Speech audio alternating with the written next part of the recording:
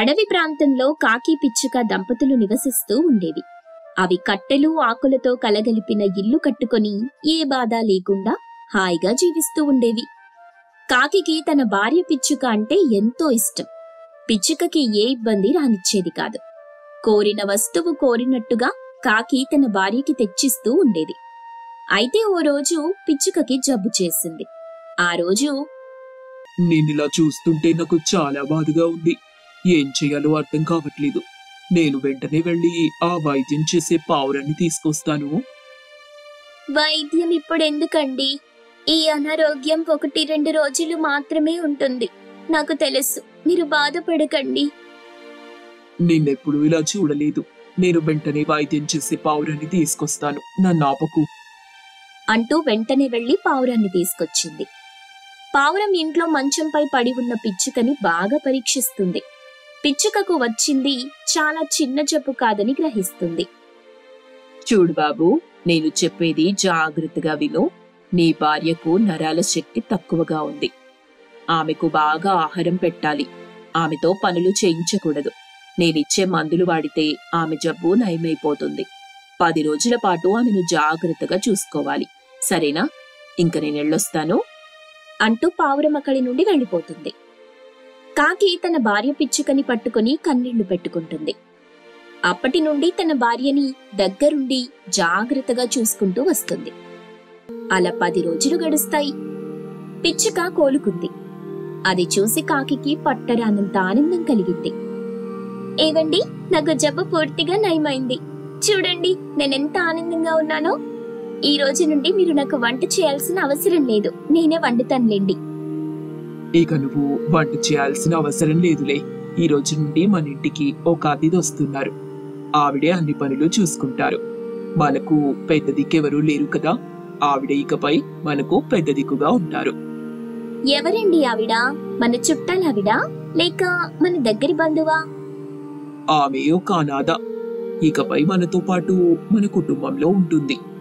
నీకోసం రోజు ఆహారం తీసుకురావడానికి వెళ్తుంటాను కదా. అక్కడ ఆవిడ ఒంటరిగా బతుకుతోంది. నేను నీ గురించి అంతా చెప్పాను. అలా కాకి పిచ్చుకలు మాట్లాడుకుంటూ ఉండగానే అక్కడికి చిలుకొస్తుంది. కాకి పిచ్చుక దంపతుల్ని చూసి చిలుక చాలా సంతోషిస్తుంది. నమస్కారం అమ్మా, నువ్వింటికి రావటం నాకు చాలా ఆనందంగా ఉంది. ఇప్పుడే ఆయన మీ గురించి చెప్తున్నారు. ఇంతలో మీరే వచ్చేశారు. కాస్త మంచినీళ్లు తాగండి. వద్దమ్మా, ఇందాకి ఆ కళ్ళని దగ్గర మంచినీళ్లు తాగాను. ఆ నీళ్లు చాలా రుచిగా ఉన్నాయి. ఈ అడవిలో ఈ ప్రాంతం చాలా అందంగా ఉంది.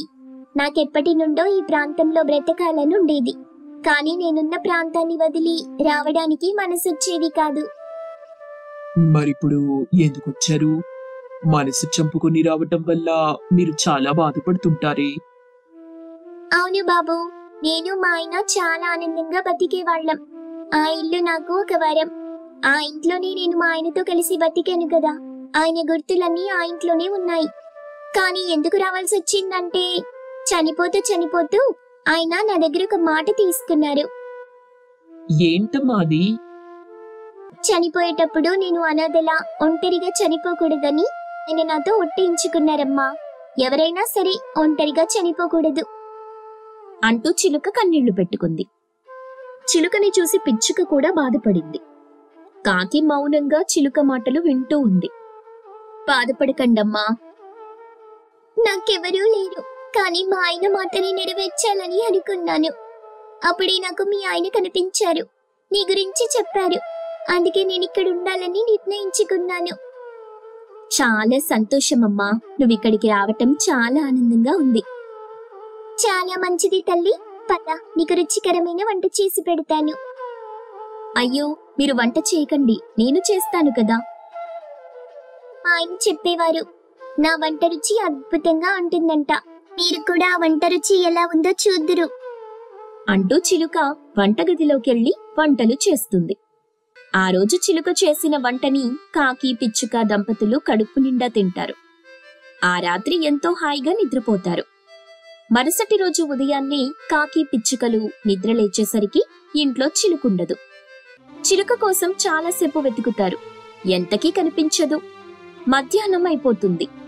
చిలుక జాడ తెలియక పిచ్చుక చాలా బాధపడుతూ ఉంటుంది.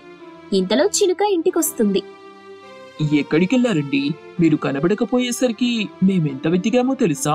పాపం నా భార్య అప్పటి నుండి మీకోసం కన్నీళ్లు పెట్టుకుంటుంది. ఒక మాట చెప్పి వెళ్ళుండొచ్చు కదా. ఇంతకీ ఎక్కడికెళ్లారండి? నా ఇంటికి వెళ్ళొచ్చానమ్మా. మా ఆయన గుర్తొచ్చారు. ఆయన గుర్తులు నా ఇంటికి వెళ్ళి వచ్చేశాను. నా కోసం బాధపడే వారెవరూ లేరనుకున్నాను. మిమ్మల్ని చూస్తుంటే నాకు చాలా ఆనందంగా ఉంది. ఇక మీరు బయటికి వెళ్తే మాకొకసారి చెప్పి వెళ్ళండి. వీలైతే మేం కూడా మీతో వస్తాం కదా. అలాగే బాబు. రాత్రి నుండి చలికాలం ప్రారంభమైంది కదా. ఈ అడవిలో చలికాలం వస్తే చాలు చాలా ఇబ్బందిగా ఉంటుంది. నాకైతే చలంటే భయం. పోయిన ఏడాది చలితో చచ్చిపోయేదాన్ని. ఆ మంచు వర్షం వల్ల నరకం చూశాననుకోండి. చాలు చాలు చాలు, ఇంకా ఆలస్యమైంది.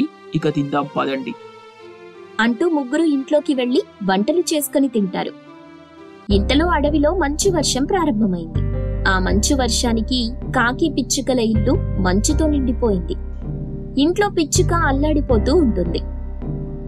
కాస్త తట్టుకో, గట్టిగా నన్ను వాటేసుకో, కాస్త వెచ్చగా ఉంటుంది. నా వల్ల కావటం లేదండి. తట్టుకోలేకపోతున్నాను. పైగా ఈ మంచు వర్షం ఒకటి. చూడు బాబు, చలిమంట వేద్దాం. కాసేపు ఆ చలిమంటకు వేడి కాచుకుంటే చలి నుండి ఉపశమనం పొందొచ్చు అంటూ చిలుక అక్కడ మంట వేస్తుంది. ఆ రాత్రి ఆ మంటకు కాస్త వెచ్చదనాన్ని పొందుతారు. చూడు బాబు, ఇలాంటి మంచు వర్షానికి ఇబ్బంది పడకుండా నువ్వు ఒక పని చెయ్యాలి. పేడతో చేసిన ఇంట్లో ఉంటే మంచు ప్రభావం అస్సలు తెలీదు. నువ్వు వెంటనే పేడతో ఇల్లుని కట్టుకో. అలాగేనండి, రేపటి నుండి నేను పేడ ఇల్లు కట్టడం ప్రారంభిస్తాను.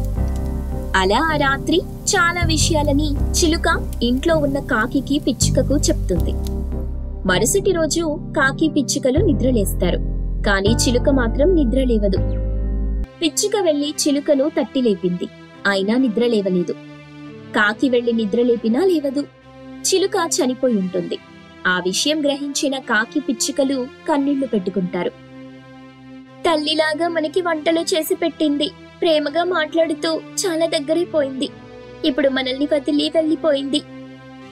రాత్రి ఆవిడ నాకు చాలా విషయాలు చెప్పింది. బహుశా ఇంకా ప్రాణాలతో ఉండనని ఆమెకు తెలుసుంటుందేమో. అందుకే అన్ని చెప్పి వెళ్ళిపోయింది. అలా కాకి పిచ్చుకలు చిలుక చేసిన పనుల్ని తలుచుకుంటూ ఏడుస్తారు. చిలుకను తన భర్త నివసించిన ఇంటికి తీసుకెళ్తారు. అక్కడి అంత్యక్రియలు చేస్తారు. తర్వాత తమ ఇంటికి వెళ్తారు. ఇక చిలుక చెప్పినట్టుగా కాకి పేడతో ఇంటిని నిర్మించటం మొదలెడుతుంది. చుట్టుపక్కల ప్రాంతాలకు తరలి వెళ్లి పేడ తీసుకొచ్చి ఇల్లు కట్టడం ప్రారంభిస్తుంది. పిచ్చుక మాత్రం ఇంటి వద్దే ఉంటూ తన భర్తకి సాయం చేస్తూ ఉంటుంది. అలా చూస్తుండగానే కాకి పేడ తీసుకొచ్చి ఇల్లు కట్టడం పూర్తి చేసింది. పేడతో చేసిన ఇల్లు పూర్తయిపోయింది. ఆహా, ఈ కొత్త ఇల్లు చాలా బాగుందండి. ఇంట్లో ఉంటే చలిగా కూడా అనిపించటం లేదు. మంచు వర్షం కురుస్తున్నా ఆ ప్రభావం కూడా కనిపించటం లేదు కదా. అవునండి, ఆవిడ చనిపోతూ మనకొక గొప్ప విషయం చెప్పి చనిపోయింది. మనం ఆవిడకు ఎంతో రుణపడున్నాం. ఇప్పుడు ఆమె లేదు కదా. ఆవిడ రుణం మనం ఎలా తీర్చుకోగలం? ఇంత అందమైన పేడ ఇల్లు కట్టడానికి కారణం ఆవిడే. కానీ ఇది చూసేందుకు ఆవిడ ఇప్పుడు ఈ లోకంలో లేదు కదా. అలా కాకి చెప్తుండగానే పిచ్చుక కళ్ళు తిరిగి పడిపోయింది. మళ్ళీ ఏమైందోనని కాకి టెన్షన్ పడుతుంది. వెంటనే ఆ ఊరి వైద్యుడు పావురం దగ్గరికి వెళ్లి ఇంటికి తీసుకొచ్చింది. పిచ్చుకను పరీక్షించిన పావురం మొహంలో నవ్వు. కాకికి ఏమీ అర్థం కాలేదు. ఏమైందండి? నా భార్యకి మళ్ళీ ఏదైనా సమస్య వచ్చిందా? ఇది సమస్య కాదయ్యా, శుభవార్త. నువ్వు తండ్రివి కాబోతున్నావు. కాకి ఎగిరి గంతేసినంత పని చేసింది. చాలా ఆనందపడింది. కొత్తగా పేడతో చేసిన ఇంటికి వచ్చిన వేళ విశేషం. మా సమస్యలన్నీ తీరుతున్నాయి. ఇప్పుడు మేము తల్లిదండ్రులు కాబోతున్నాం. నాకెంతో ఆనందంగా ఉంది అంటూ కాకి తన భార్యతో కలిసి సంబరాలు చేసుకుంటుంది. ఇక ఆ తరువాత పేడ ఇంట్లోనే పిచ్చుక కాకి దంపతులు ఉంటూ ఆనందంగా జీవిస్తుంటారు. కాశీపురంలో కాకి పిచ్చుక దంపతులుండేవి. ఆ దంపతులకు 2 పిల్లలుంటారు. కాకి చిన్న చిన్న వ్యాపారాలు చేసుకుంటూ తన కుటుంబం సంతోషంగా ఉండేలా చూసుకునేది. పిచ్చుక కూడా ఇంటి వద్ద తన పిల్లలకు భర్తకు ఏం కావాలన్నా చేసి పెడుతూ ఉండేది. అలాగే ఎప్పుడూ గుళ్ళు గోపురాలు తిరుగుతూ ఉంటుంది. ఒకరోజు కాకి, ఏమిటే, నేను తొందరగా వెళ్ళాలని చెప్పానుగా, ఇంకా నువ్వు నా క్యారేజీ సిద్ధం చెయ్యలేదా? ఏం చేస్తున్నావు? అయ్యో, ఒక్క నిమిషం ఉండండి, పిల్లలకి తినిపిస్తున్నాను. పిల్లలు పుట్టాక నువ్వు నన్ను పట్టించుకోవటమే మానేశావు.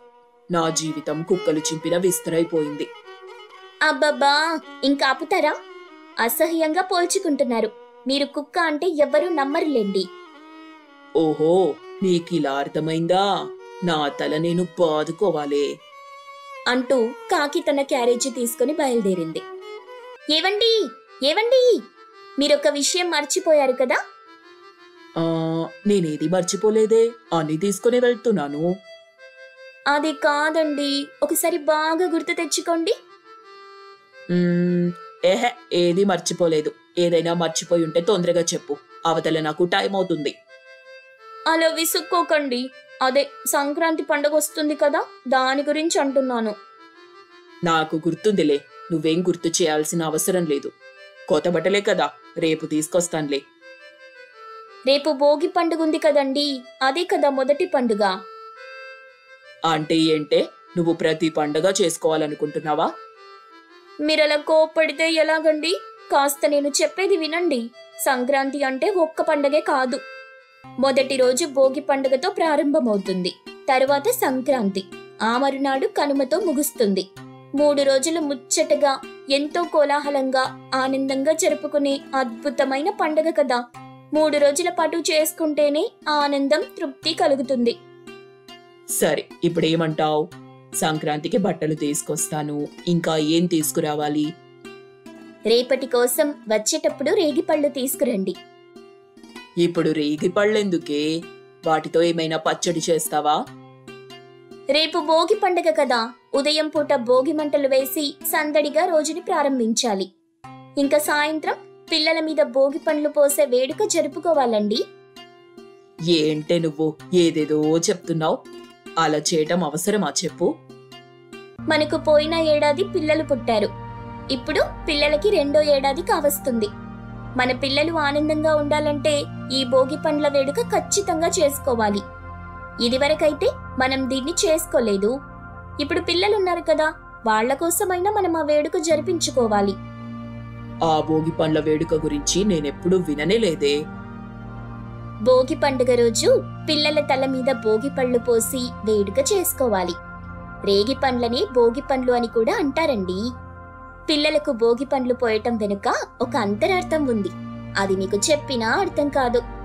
కానీ అది చేయటం వల్ల అనేక లాభాలున్నాయి. పిల్లలకు ఎన్నో ఉపయోగాలుంటాయండి. ఆ ఏంటేంటి లాభాలా? ఏంటో ఆ లాభాలు, కాస్త వివరంగా చెప్పు. భోగి పండ్లు అంటే రేగు పండ్లు. పిల్లల తల మీద పోయటం వల్ల చిన్నారులకి నరదిష్టి, గ్రహపీడ నివారణ జరుగుతుంది. తలపై భాగంలో బ్రహ్మరంధ్రం ఉంటుంది కదా, అక్కడ భోగి పండ్లు పోయటం వల్ల పిల్లలకి జ్ఞానం పెరుగుతుంది. శ్రీమన్నారాయణుడి ఆశీస్సులు కూడా లభిస్తాయని పండితులు చెప్తారండి. రేగు పళ్లతో పాటు అందులో బంతి, చేమంతి పూల రెక్కలు, చిల్లర నాణాలు కూడా వేస్తారు. పిల్లలకి కొత్త బట్టలు వేసి అందంగా ముస్తాబు చేసి ఇరుగు పొరుగుని పిలిచి వాళ్లతో కలిసి పిల్లలకి హారతిచ్చి దిష్టి తీయాలి. గుప్పిట నిండుగా భోగి పళ్ళు తీసుకొని పిల్లల చుట్టూ 3 సార్లు తిప్పి వాళ్ల తల మీద పొయ్యాలి. అప్పుడు దిష్టి తీసేందుకు ఉపయోగించిన పండ్లు కాబట్టి వాటిని ఎవ్వరూ తినరు. అది సరేలే, అయినా ఇప్పుడు మన పిల్లలకు అది అవసరమా చెప్పు? అది కాదండి, పిల్లల తల మీద భోగి పళ్ళు పోయటం అంటే సూర్యుడిని ఆరాధించినట్టేనని మన పండితులు చెప్పారు. సూర్యుడి ఆశీస్సులు పిల్లలకు లభించాలనే ఆలోచనతో అలా చేస్తారంట. అది కూడా 12 ఏళ్ల లోపు చిన్నారులకి తలపై భోగి పండ్లు పోస్తారు. ఆ తర్వాత ఆ పూజను చెయ్యరండి. సరేలే, వచ్చేటప్పుడు వాటిని కూడా తీసుకొస్తాలే. మర్చిపోకుండా తీసుకురండి. మొదటిసారి మన ఇంట్లో పిల్లల కోసం చేస్తున్న పండుగ ఎంతో వైభవంగా చెయ్యాలి. సరేలే, ఖచ్చితంగా తీసుకొస్తాను. నువ్వేం కంగారు పడకు, సరేనా? ఇంత వివరంగా చెప్పావు కదా, ఇక ఆ పని చెయ్యకుండా ఉంటానా?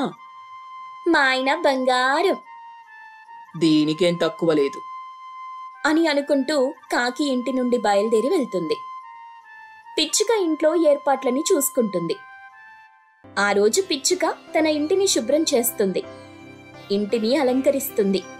మామిడి ఆకులను గుమ్మానికి కడుతుంది.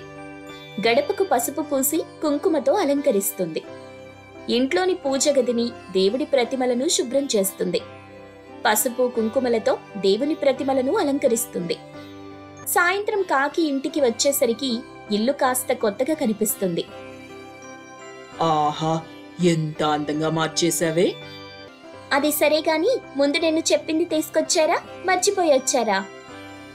నువ్వు చెప్పాక తీసుకురాకుండా వస్తానా చెప్పు? ఇదిగో తెచ్చాను చూడు, రేగుపళ్ళు. ఇందులో కొన్ని తినడానికి తీసుకుంటానే. వద్దండి, మీరింక వాటిని ముట్టుకోవడానికి వీల్లేదు. వాటిని ఇచ్చేయండి. అది కాదే, కొన్నే. కొన్ని లేదు గిన్ని లేదు, ఇచ్చేయండి అంటూ పిచ్చుక ఆ రేగుపళ్ళ సంచిని లాక్కుంటుంది. తరువాత తన భర్తకు ఆ రాత్రి వేడివేడి భోజనం చేసి వడ్డిస్తుంది. ఆ రాత్రి అలా గడిచాక మరుసటి రోజు ఆ ఇంట్లో కోలాహలం మొదలవుతుంది. ఉదయాన్నే కాకి పిచ్చుకలు లేచి చలిలో భోగి మంటలు మంటేస్తారు.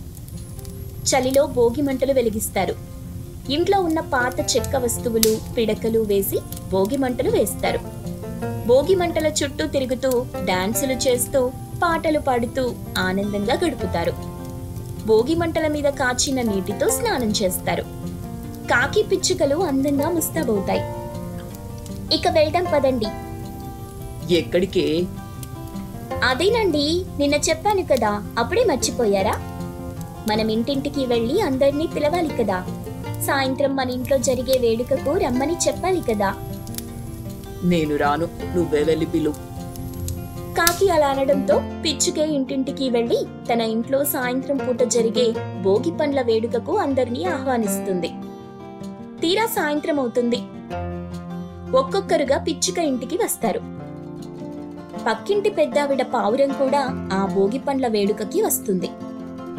ఆహా, మా కాలంలో ఈ భోగి పండ్ల వేడుక చేసుకునేవాళ్ళు. మళ్ళీ ఇన్నాళ్లకి చూస్తున్నాను. ఇప్పుడంతా సెల్ ఫోన్లో సెల్ఫీలు, రంగురంగుల చీరలతో సింగారించుకొని తిరగడాలు ఇవే సరిపోతున్నాయి. ఈ కాలంలో కూడా ఇంత బాగా భోగి పండ్ల వేడుక చేసుకున్నదాన్ని నిన్నే చూస్తున్నానమ్మా. చాలా ధన్యవాదాలండి. మీలాంటి పెద్దల ఆశీర్వాదం దక్కడం చాలా సంతోషం. ఇంత వినయంగా ఉండే కోడలు నాకు ఉండుంటే ఎంత బాగుండేదో. నా కోడలు సోకులకు తప్ప ఇలాంటి పనులకు అస్సలు పనికిరాదనుకో. బామ్మగారు, మొదటగా మీరే నా బిడ్డల్ని ఆశీర్వదించండి. రండి, అదిగో రేగుపండ్లు తీసుకోండి. పావురం రేగుపండ్లు తీసుకుని పిచ్చుక పిల్లలపై పోస్తుంది. తర్వాత అక్షింతలతో ఆశీర్వదిస్తుంది.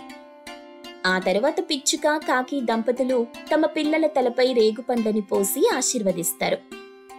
ఆ తర్వాత అక్కడికి వచ్చిన ఒక్కొక్కరు పిచ్చుక పిల్లల్ని ఆశీర్వదిస్తారు. పిచ్చుక వారందరికీ మిఠాయిల్ని పంచిపెడుతుంది. దాంతో ఆనందంగా భోగి పండ్ల వేడుక జరుగుతుంది. పండ్ల వేడుక చాలా బాగా జరిగిందండి. నాకెంతో ఆనందంగా ఉంది. నా పిల్లలకి ఉన్న దిష్టి పోయి ఏ ఇబ్బంది రాకుండా ఉండాలని భోగి పండుగ రోజు ఇలా చెయ్యాలనుకున్నాను.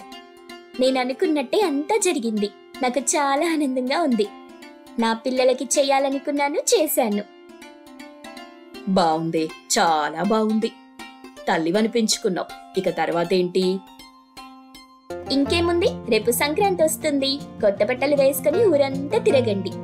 అన్నట్టు మర్చిపోయాను, ఈ భోగి పండ్ల వేడుక మన ఇంట్లో ప్రతి ఏటా జరగాలి. పిల్లలకు 12 ఏళ్ళు వచ్చే వరకు ఇలాంటి భోగి పండుగ రోజుల్లో వేడుకలు చేయాలి. సరేనా? అంటే ఈ తలనొప్పి నాకు 12 ఏళ్ల వరకు ఉంటుందా? తప్పదు మరి. అంటే 12 ఏళ్లది ఒకేసారి చేసేయొచ్చు కదే. ప్రతి ఏడాది ఎందుకు చెప్పు? మనం చేసే ఆ వేడుక మన పిల్లలకి ఎంతో ఉపయోగపడుతుందండి. మన కోసం కాదు, మన పిల్లల కోసం ఖచ్చితంగా చెయ్యాలి. వద్దనకండి. సరే, చేద్దాంలే. అదిగో అలా నసుగుతూ చెప్పకండి, కాస్త నవ్వుతూ చెప్పొచ్చు కదా. అలాగే, చేద్దాంలే. అలా నవ్వుతూ కాకి చెప్పడంతో పిచ్చుక చాలా సంతోషిస్తుంది. ఇక సంక్రాంతి వేడుకలని ఆ కుటుంబం ఎంతో సరదాగా ఆనందంగా చేసుకుంటుంది.